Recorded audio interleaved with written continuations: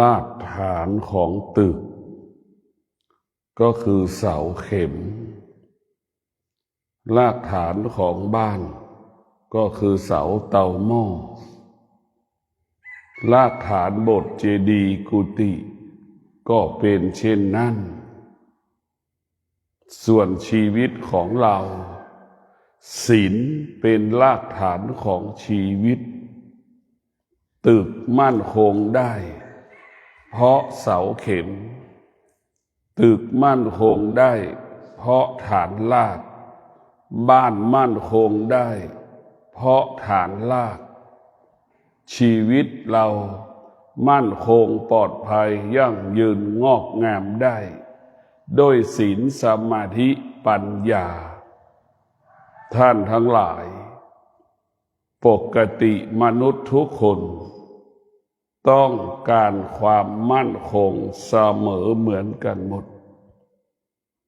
ต้องการความมั่นคงเสมอเหมือนกันหมดความมั่นคงของชีวิตเราก็คือศีลศีลเป็นรากฐานของชีวิตชีวิตจะมั่นคงชีวิตต้องประกอบไปด้วยศีลทุกลมหายใจต้องประกอบไปด้วยศีลไม่ได้กินข้าว7 วันชีวิตยังปลอดภัยและมั่นคงแต่ล่วงละเมิดศีล1 นาที1 วินาทีชีวิตเราไม่มั่นคงแต่พวกเราทั้งหลายพิจารณาเราก็รู้แล้วว่าศีลเป็นต้นกำเนิดคำว่ามั่นคงเมื่อเราต้องการความมั่นคงเราจำเป็นต้องดำรงตนด้วยศีลนี่มันชัดเจนที่สุดจึงเกิดคำว่าพุทธศาสตร์เป็นความจริงของโลกนี่แหละพวกเราทั้งหลายศีลก็อยู่ในตระกูลของพุทธศาสตร์พุทธศาสตร์ว่าด้วยศาสตร์ความจริงของโลกพุทธศาสตร์ศาสตร์ว่าด้วยความจริงของโลกว่าด้วยความจริงของมนุษย์โลกมนุษย์ทุกคนเกิดมาแล้วต้องการความดีแสวงหาความดีอยากให้ความดีเกิดขึ้นกับชีวิตของตนนี่คือความจริงของโลกนี่แหละความจริงของพุทธศาสตร์ศาสตร์ว่าด้วยความจริงของโลกศาสตร์ว่าด้วยความจริงมวลมนุษย์โลกต้องดำรงแบบนี้อย่างนี้แบบนี้มันก็เป็นความจริงพวกเราทั้งหลายเราจะเห็นได้ตึกสตง.ถล่มก็เพราะว่าตึกสตง.เหล่านั้นมันเกิดจากการล่วงละเมิดศีลจึงทำให้ตึกสตง.นั้นถล่มพวกเราทั้งหลายพิจารณาดูอะไรที่ล่วงละเมิดศีลจึงทำให้เกิดคำว่าไม่มั่นคงไม่ปลอดภัยไม่ยั่งยืนไม่งอกงามไม่เป็นที่ยอมรับของคนทุกคนในเราพิจารณาดูเราจะต้องรู้แล้วว่าสิ่งที่ได้มา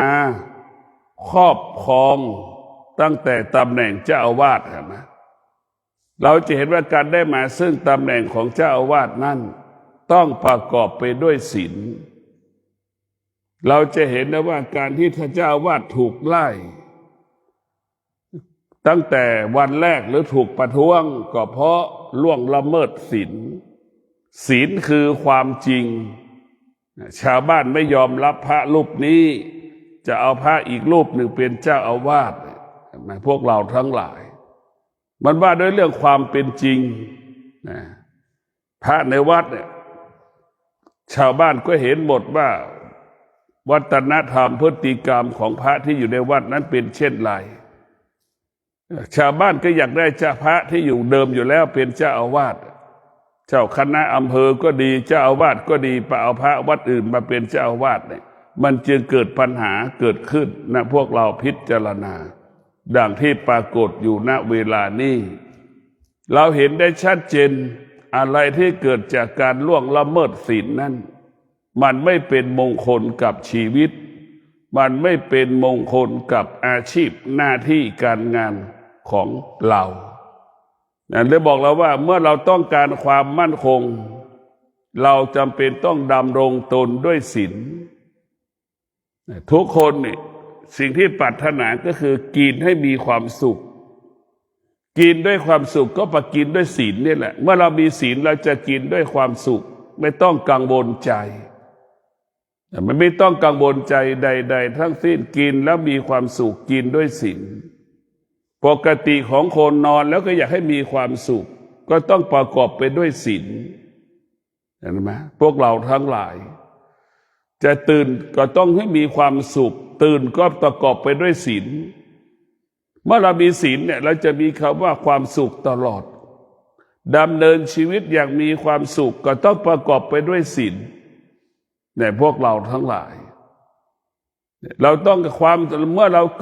รามีความต้องการความเจริญรุ่งเรืองงอกงามเราก็ต้องประกอบไปด้วยศีลนี่คือมันเป็นความจริงทั้งสิ้นแต่พวกเราเมื่อเราประกอบอาชีพ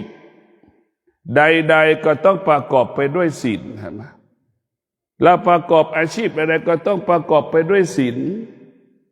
เราจะดำรงตำแหน่งใดๆก็ต้องประกอบไปด้วยศีลคำว่าความสุขมันเกิดคำว่ามั่นคงมันเกิดคำว่าสุขสบายใจมันเกิด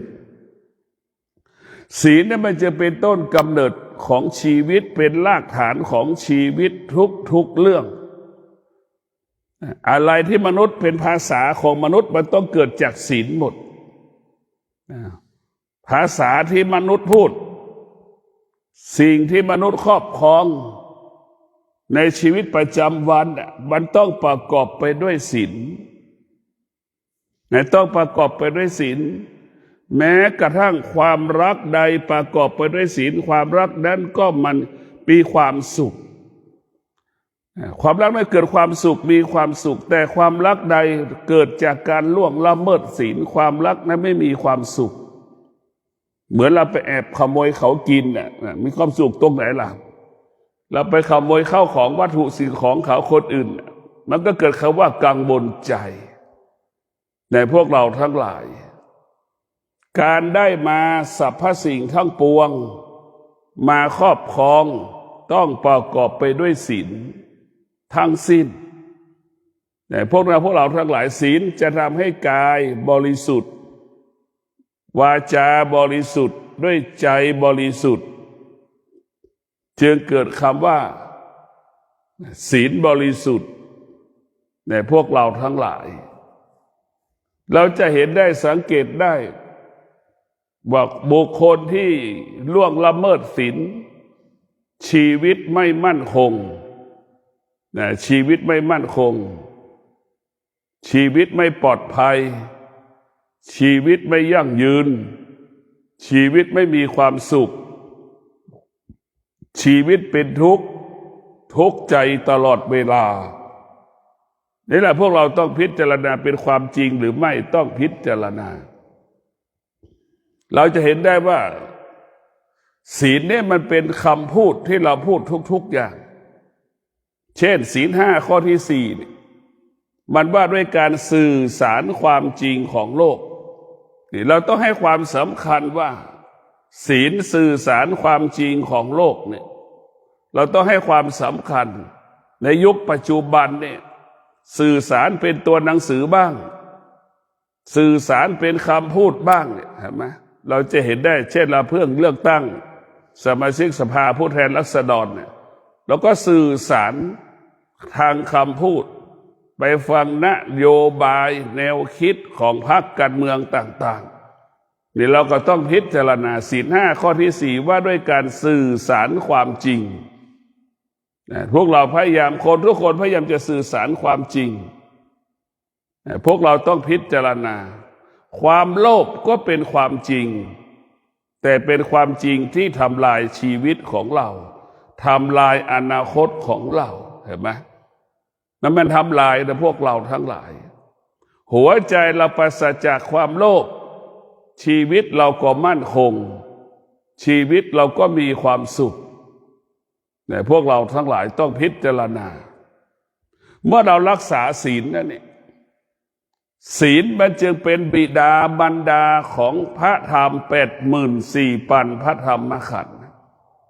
ศีลเป็นบิดามารดาของพระธรรม84,000พระธรรมขันธ์เพราะฉะนั้นพระธรรม84,000พระธรรมขันธ์ต้องประกอบไปด้วยศีลต้องประกอบไปด้วยศีลธรรม84,000พระธรรมขันธ์ต้องเกิดจากศีลพวกเราทั้งหลายคนจะบรรลุธรรมได้ก็ต้องประกอบไปด้วยศีลแต่พวกเราทั้งหลาย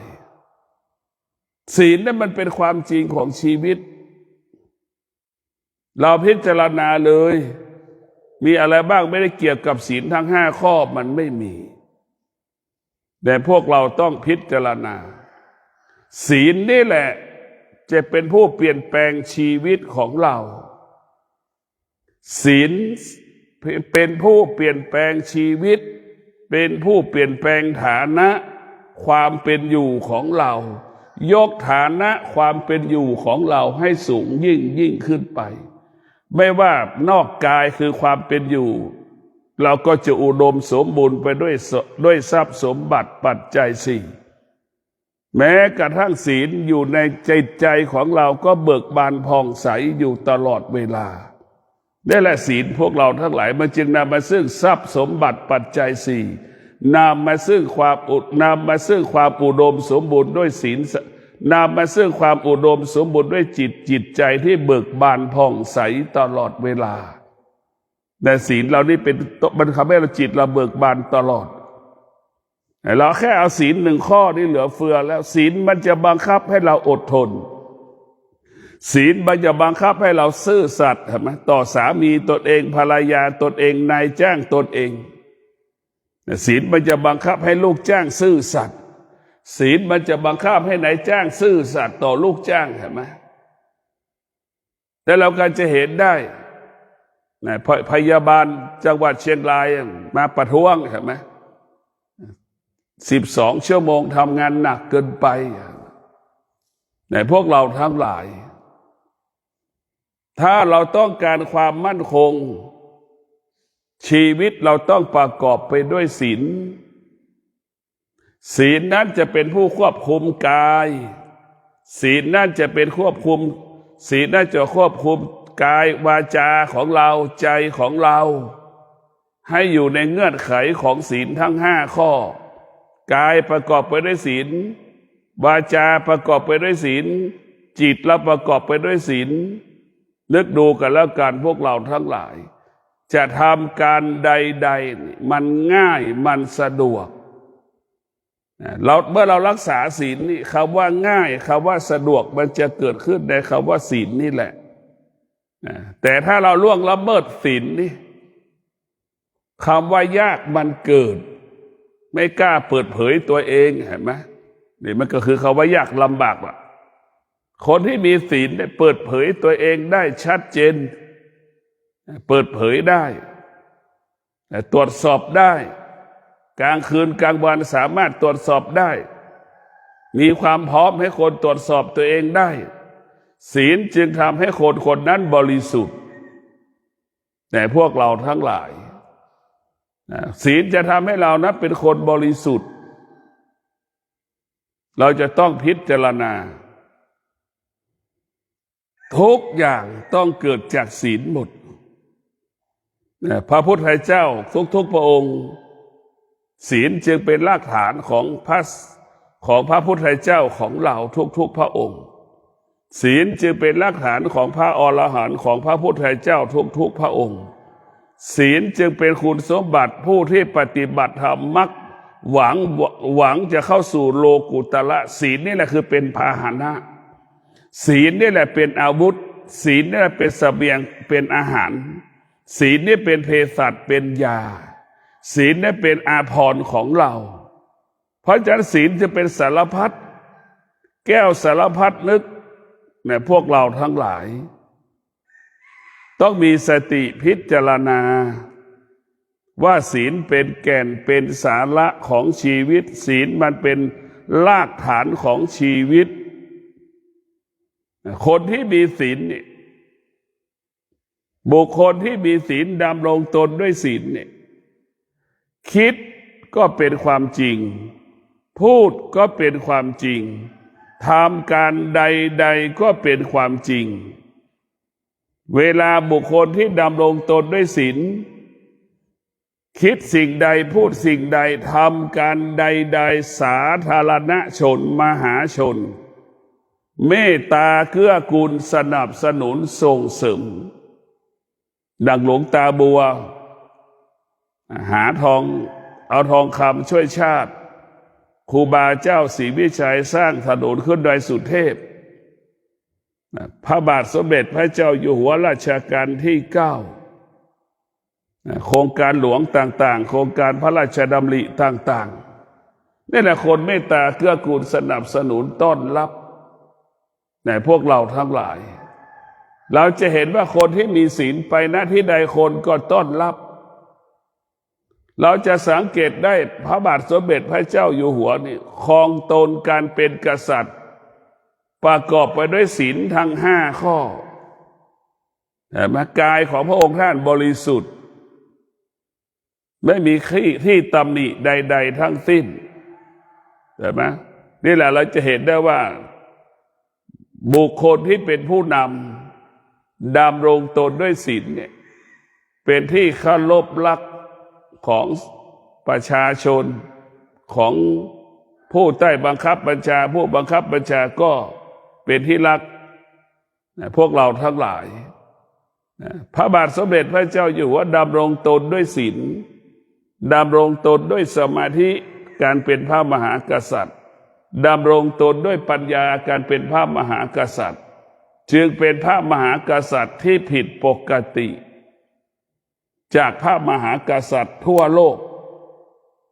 ในพวกเราทั้งหลายเพราะนั้นศีลสมาธิศีลจึงเปลี่ยนแปลงฐานะมนุษย์ให้อยู่เหนือมนุษย์ดังพระพุทธเจ้าของเราเป็นมนุษย์แต่พระพุทธเจ้าของเราอยู่เหนือมนุษย์ก็เพราะศีลนี่แหละใช่ไหมศีลนี่แหละจึงเปลี่ยนแปลงฐานะพระพุทธเจ้าพระพุทธเจ้าจึงเป็นผู้ที่โดดเด่นบนโลกใบนี้แต่พวกเราต้องพิจารณาการที่เราล่วงละเมิดศีลเนี่ยกินก็เป็นทุกข์นอนก็เป็นทุกข์ตื่นก็เป็นทุกข์ทำงานก็เป็นทุกข์กังวลใจไปหมดคือเกิดความทุกข์จะไปเหนือไปใต้ก็เป็นทุกข์กังวลใจไปหมดในพวกเราทั้งหลายเราจะรู้แล้วก็รู้อีกว่าการล่วงละเมิดศีลเป็นเหตุให้เกิดความทุกข์เห็นไหมการล่วงละเมิดศีลเป็นเหตุให้เกิดความทุกข์การรักษาศีลเป็นเหตุให้เกิดความสุข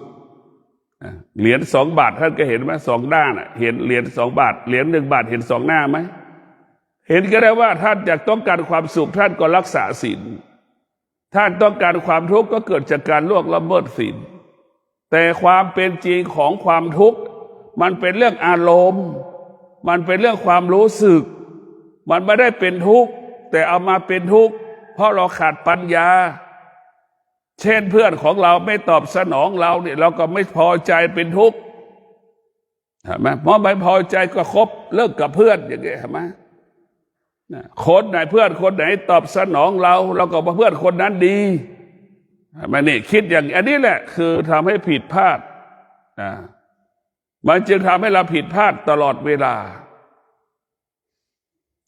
คนไหนตอบสนองเราก็เรียกว่าคนนั้นเป็นคนดีคนไหนไม่ตอบสนองเราคนนั้นไม่ดี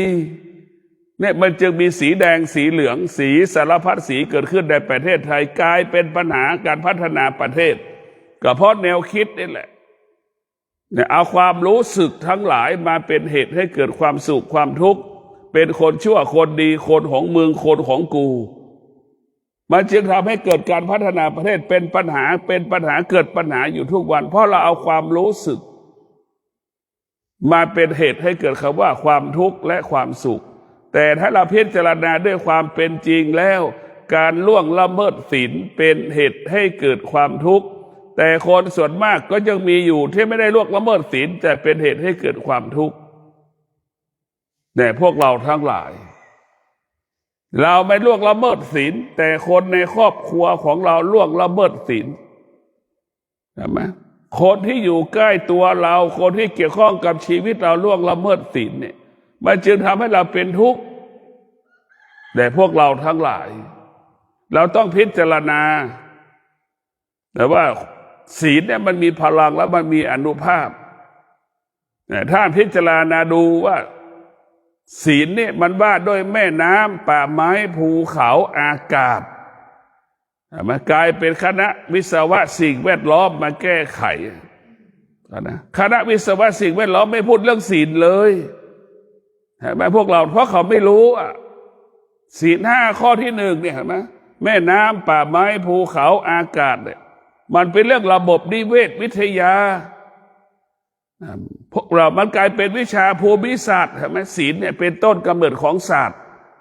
ศีลนั้นกลายเป็นวิชาภูมิศาสตร์ประวัติศาสตร์การเกิดการกำเนิดของมนุษย์โลกเห็นไหมเราจะต้องรู้แล้วว่าศีลเนี่ยมันว่าด้วย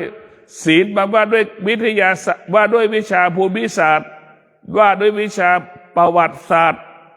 ว่าวิชาด้วยสังคมศาสตร์โลกว่าด้วยวิชารัฐศาสตร์ว่าด้วยวิชานิติศาสตร์มันเป็นบททุกวิชาที่เรามีอยู่นี่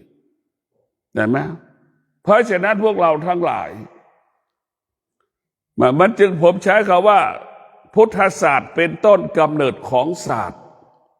ศาสตร์ใดๆเกิดขึ้นบนโลกใบนี้ถ้าศาสตร์นั้นปราศจากศีลศาสตร์นั้นไม่มีใครยอมรับนี่คือพวกเราต้องพิจารณาเหมือนระบบนิวเคลียร์เนี่ยพวกเราทั้งหลายไม่มีใครยอมรับเพราะฉะนั้นพวกเราก็ต้องพิจารณาศีลเนี่ยศีลมันว่าด้วยการเกิดศีลมันว่าด้วยเรื่องการบริหารจัดการการเกิดก่อนเกิดหลังเกิดก่อนแก่หลังแก่ก่อนเจ็บหลังเจ็บก่อนตายหลังตายมันว่าด้วยเรื่องการจัดการบริหารการเกิดเราจะเห็นได้เห็นไหมมีท้องเริ่มไปหาหมอแล้วเห็นไหมว่าด้วยการจัดหรือว่าด้วยเรื่องการเกิดไปฝากท้องแล้วไปทุกเดือนเห็นไหม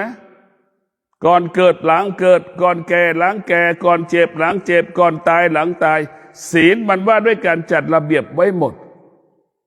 เรียกว่าเกิดมีคุณภาพประกอบไปด้วยศีลแก่มีคุณภาพประกอบไปด้วยศีลเจ็บมีคุณภาพเจ็บไปด้วยศีลดังทหารไทยเราทะลบกับทหารเขมรเห็นไหมตายเพราะศีลเนี่ยนี่แหละพวกเราทั้งหลายตายด้วยศีลเนี่ยคนยกย่องสรรเสริญเกิดแก่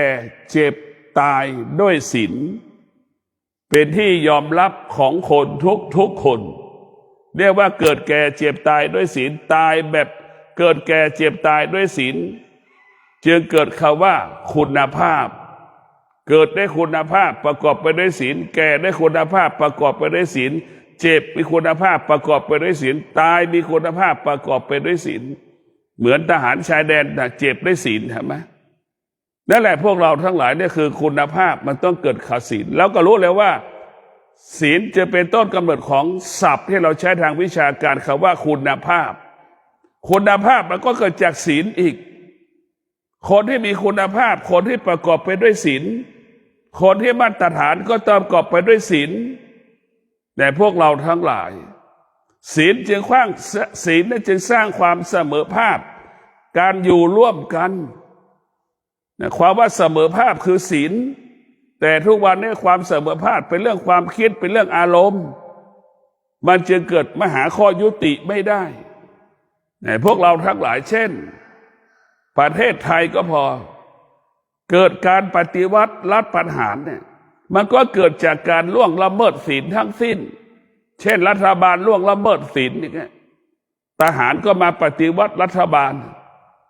เห็นว่ารัฐบาลไม่สามารถปกครองประเทศได้ทหารก็มาหยุดยั้งยับยั้งพักผ่อนรัฐบาลสักระยะหนึ่งนี่แหละพวกเราทั้งหลายเห็นได้ว่าการล่วงละเมิดศีลเนี่ยการปฏิวัติรัฐประหารเกิดจากการล่วงละเมิดศีลหมดใช่ไหมมีข้ออ้างอย่างนี้หมดไม่ซื่อสัตย์สุจริตแต่เวลาแก้ไขการปฏิวัติรัฐประหารหลักการบริหารเขาไม่เอาศีลไปเลยนะพวกเรามันไม่เอาศีลมันไม่มีศีลเช่นรัฐธรรมนูญมันต้องประกอบไปด้วยศีลถ้ารัฐธรรมนูญเมตตาใดหมวดใดล่วงละเมิดศีลไม่เป็นที่ยอมรับของคนในชาติ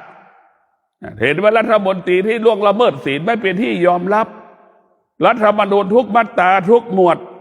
มันต้องประกอบไปด้วยศีลทั้งสิ้นจึงเป็นที่ยอมรับซึ่งกันและกันไม่มีใครถกเถียง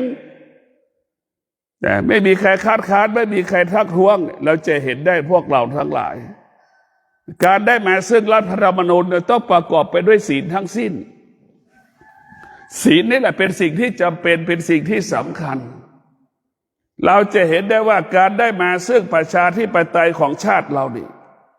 มันเกิดจากการล่วงละเมิดศีลหมดการได้มาซึ่งประชาธิปไตยเนี่ยมันได้มาเกิดจากการล่วงละเมิดศีลคณะราษฎรก็เป็นความจริงเฉพาะกลุ่มของคณะราษฎรยกร่างกฎหมายขึ้นมาเห็นไหมมันเป็นความจริงเฉพาะกลุ่มรัฐธรรมนูญยังไม่ใช่ความจริงของความเป็นจริงการได้มารัฐธรรมนูญ2475เนี่ยล่วงมันชอบได้กฎหมายแต่มันล่วงละเมิดศีลกฎหมายเป็นความจริงเฉพาะกลุ่มบุคคลคณะดังคณะราษฎรเขียนกฎหมายขึ้นมาและมันเป็นความจริงเฉพาะเห็นไหมพวกเราทั้งหลายราชการที่7ไม่ยินดีไม่ยินยอมที่จะมอบอำนาจให้กับคณะราษฎรไม่ยินดีไม่ยินยอมให้กับคณะราษฎรเพราะฉะนั้นการได้มา2475มันถูกรัฐธรรมนูญมันเกิดจากการล่วงละเมิดศีล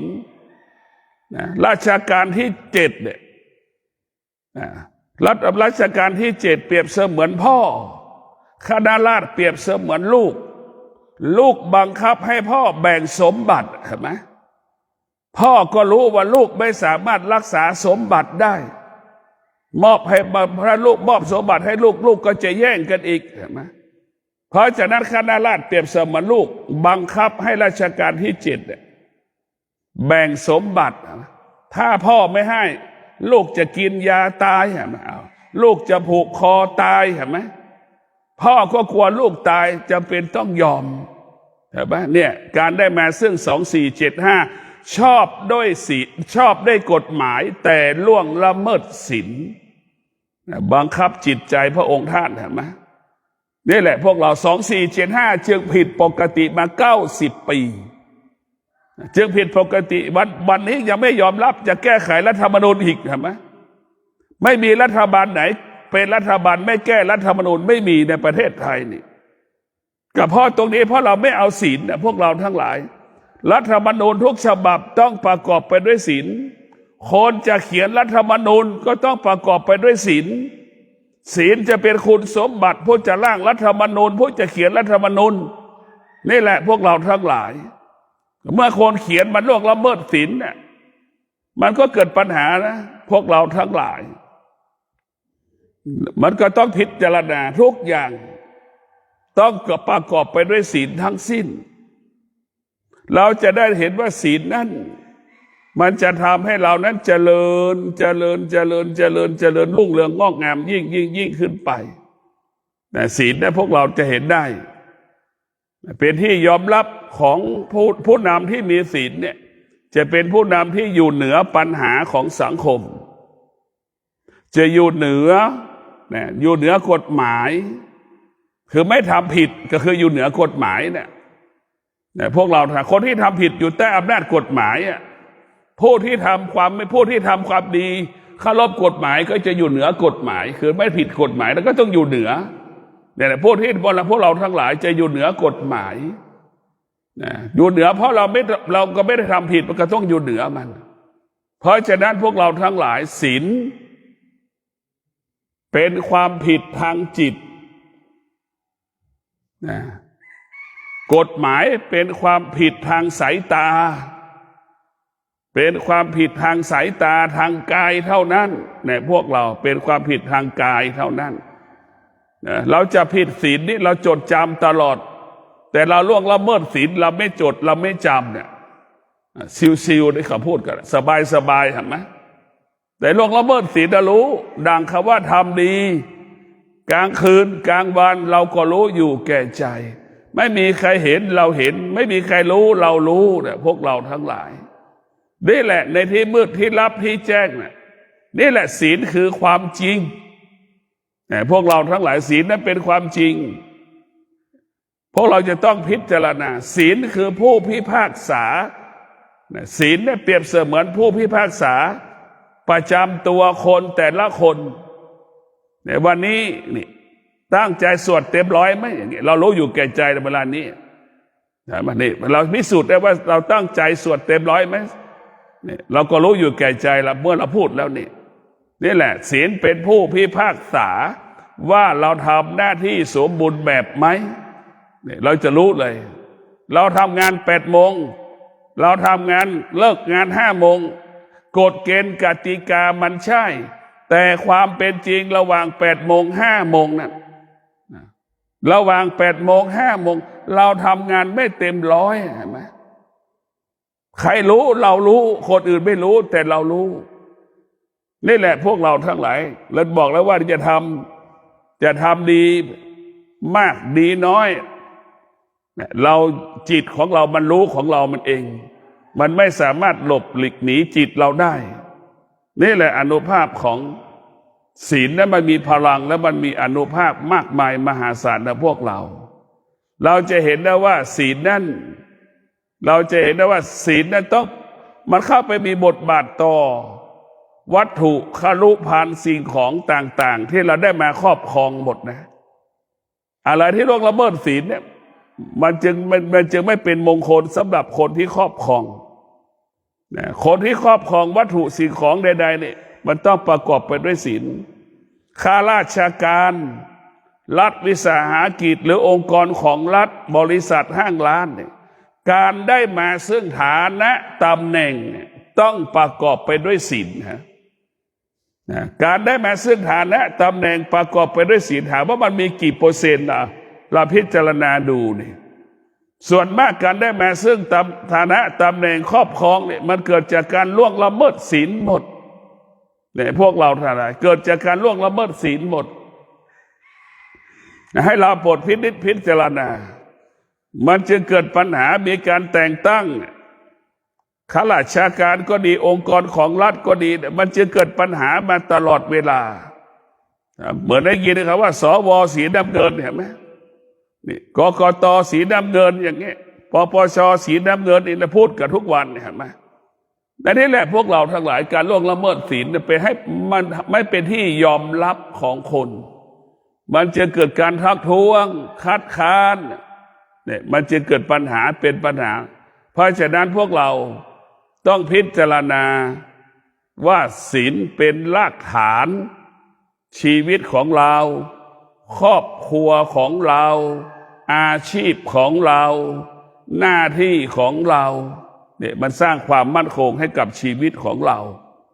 ให้เราพิจารณาอยู่ทุกวันเราจะเห็นความจริงที่เกิดขึ้นภาษาชาวบ้านว่าคนที่มีกรรมเกิดจากการล่วงละเมิดศีลเห็นไหมท่านทั้งหลายกรรมเกิดจากการคนที่มีกรรมคือคนที่ล่วงละเมิดศีลคนที่มีกรรมดีก็คือคนที่รักษาศีลเห็นไหมนี่แหละมันง่ายๆที่สุดแล้วจะบอกแล้วว่าการล่วงละเมิดศีลเป็นเหตุให้เกิดคำว่ากายกรรมวจีกรรมมโนกรรมถ้าเราไม่อยากมีกรรมก็ให้เรารักษาศีล5 ข้อไม่ต้องมีกรรมตราบใดที่เราล่วงละเมิดศีล5 ข้อกรรมมันก็ยังปรากฏทุกวันยังเป็นอยู่งอกงามเหมือนต้นไม้น่ะมันก็โตวันโตคืนเรื่อย ถ้าเราไม่อยากมีกรรมเราก็รักษาศีลศีลจะรักษากายวาจาใจศีลเมื่อศีลรักษากายวาจาใจคำว่าไม่ดีมันจะไม่ท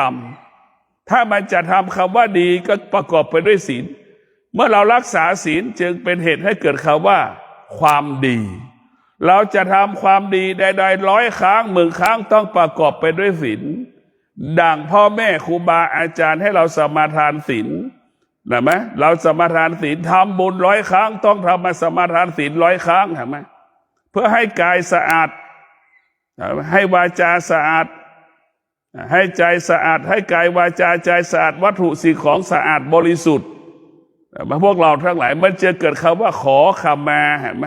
สุมาควรตามนั่นแหละ